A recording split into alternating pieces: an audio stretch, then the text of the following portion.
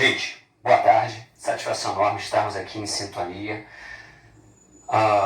no intuito de avançarmos com o nosso bate-papo semanal, prosseguirmos com o conteúdo programático. Tema da aula de hoje, vamos falar sobre ordens mundiais de poder. Quando nos deparamos com essa expressão, nós estamos nos fazendo a seguinte pergunta: quem são os donos do mundo?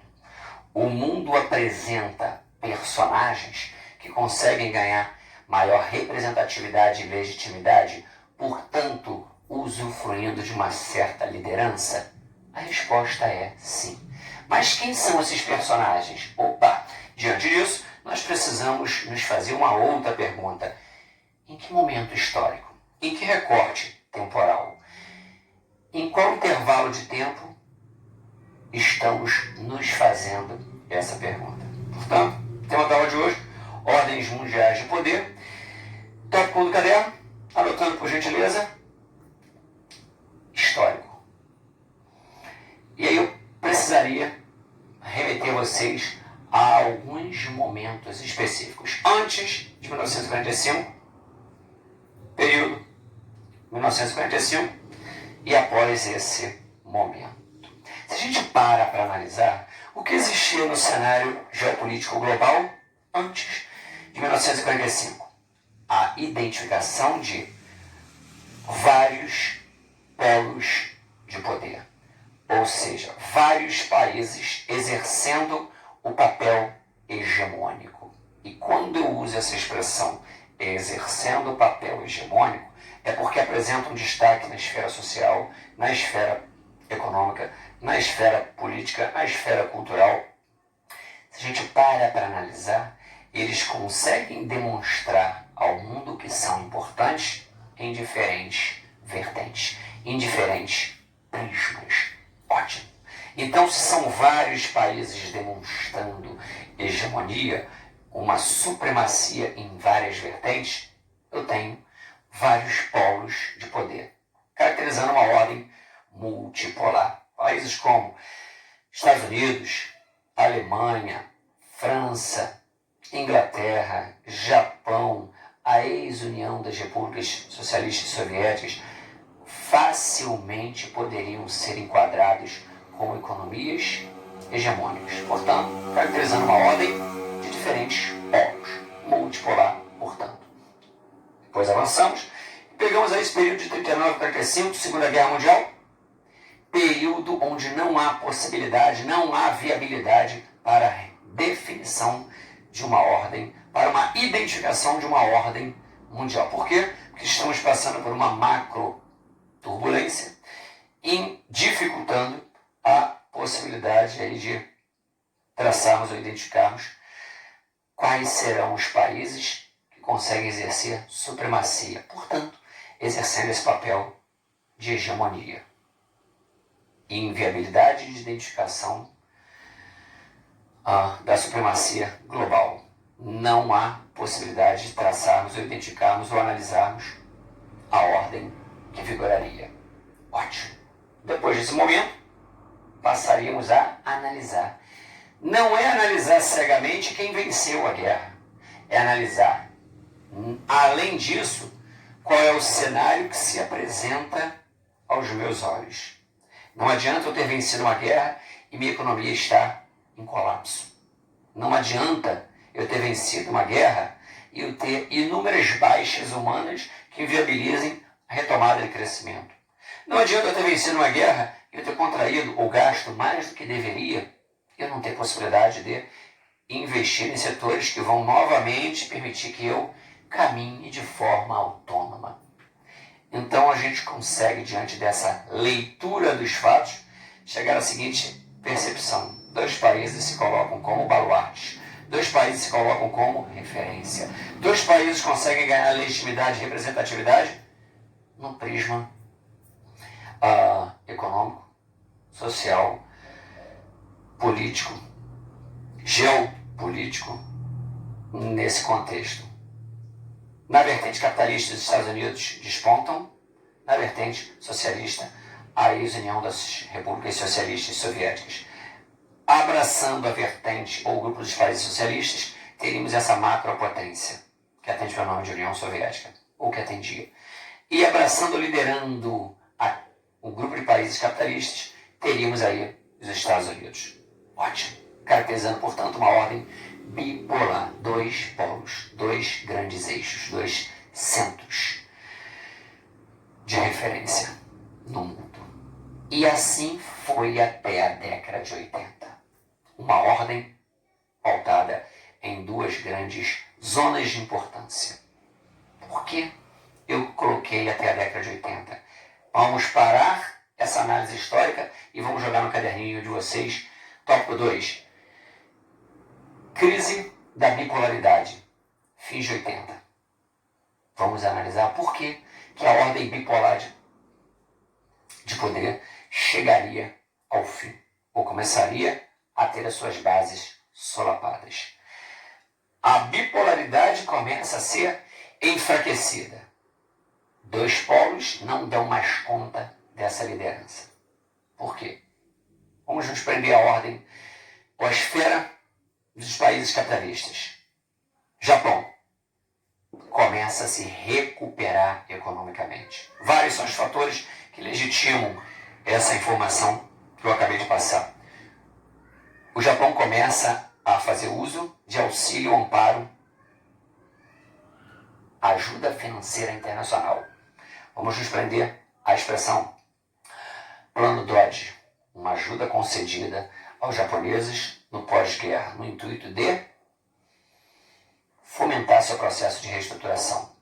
Ninguém ajuda porque é bonzinho, ajuda porque quer deixar essa pessoa com uma dívida, e quem tem dívida não chega às mesas de negociação em pé de igualdade para argumentar com uma boa impostação de voz.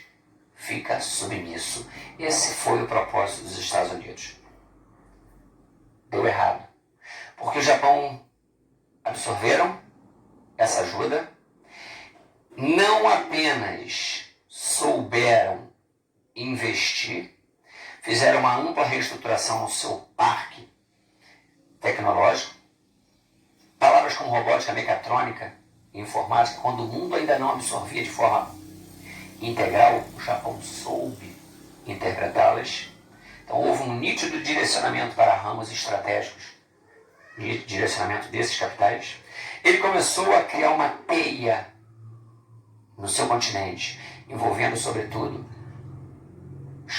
Tigres e a China, fazendo com que pudessem depender menos do Ocidente e criar uma rede produtiva asiática.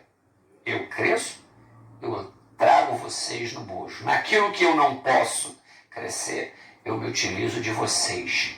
Vocês abraçam melhor a minha causa do que o Ocidente. Então eu tentei direcionar esses recursos para fomentar o meu crescimento e articulei ou criei uma rede, um emaranhado de intercâmbio produtivo envolvendo os países asiáticos. Elos com a periferia asiática. Esses elos foram bastante estreitados. Ótimo. Investir profundamente em ramos essenciais. Robótica, mecatrônica, informática, um amplo processo de reestruturação educacional também ocorreu. E, fazendo uso desse recurso, desse amparo internacional, o Plano Dodge. E também uma punição, não tinha gastos militares. Uma das sanções, uma das punições impostas pelos Estados Unidos aos japoneses foi a de que eles não poderiam fazer uso das suas forças armadas. Era para ser uma penalidade, foi um bônus. Se eu não preciso gastar para manter de pé meu exército, minha marinha, minha aeronáutica, eu vou direcionar esses recursos para ramos que eu acredite que vão ser valorizados no futuro ou sobrevalorizados no futuro próximo. Então, isso em muito contribuiu para fazer com que o Japão se recuperasse muito e num curto intervalo de tempo. Vou para a Europa. A Europa também começa a se reestruturar economicamente, sobretudo fazendo uso de recursos ou de amparo amparos financeiros internacionais. Vamos remeter à ideia do Plano Marshall. E a Europa começa a apresentar novamente alguns personagens no cenário internacional como países que ganham visibilidade e começam a se apresentar com supremacia, se colocando na condição de hegemônicos. Ótimo, então eu tenho o Japão, eu tenho a Europa, eu tenho a manutenção dos Estados Unidos e agora vamos para a esfera socialista. Eu tenho a União Soviética que entra em colapso, a União Soviética deixa de existir, mas a Rússia absorve não apenas o dever de gerenciar todo o poder bélico nuclear que em outrora fazia parte de algo maior, as 15 repúblicas que configuravam a União das Repúblicas Socialistas Soviéticas, essas 15 deixam de existir. Mas a União Soviética passa esse legado, a finalidade, a capacidade de, apertando 2 botões, destruir 2/3 do mundo, passa a ser gerenciado pela Rússia. Uma economia em colapso, mas automaticamente uma capacidade destrutiva monstruosa. Num contexto em que fez parte da União Soviética, serviu como palco para a sede do poder central. O Kremlin ficava na Rússia. Ela absorveu um conjunto de benfeitorias, melhorias, e depois, num momento específico, poderia gerenciar essas benfeitorias de forma autônoma. Opa! Muda o nome, mas pouco muda no ideal político e econômico. A Rússia passa a ser vista como um país hegemônico. A Ásia, Japão se recupera, plano Dodge e outros argumentos. Europa, plano Marshall. A União Soviética passa a batuta para a Rússia. Novos personagens surgem na condição de economias emergentes. A China, a Índia, já começam a demonstrar que querem maior espaço e representatividade no cenário internacional. Deu para perceber como a ótica da bipolaridade não sustenta mais a necessidade de identificarmos a ordem geopolítica global. Passamos então a ter o fim da bipolaridade e voltamos a ter uma reestruturação na ordem. Vamos avançar? Tópico 3. Caracterização da ordem geopolítica mundial vigente. Entre parênteses, análise dos países hegemônicos.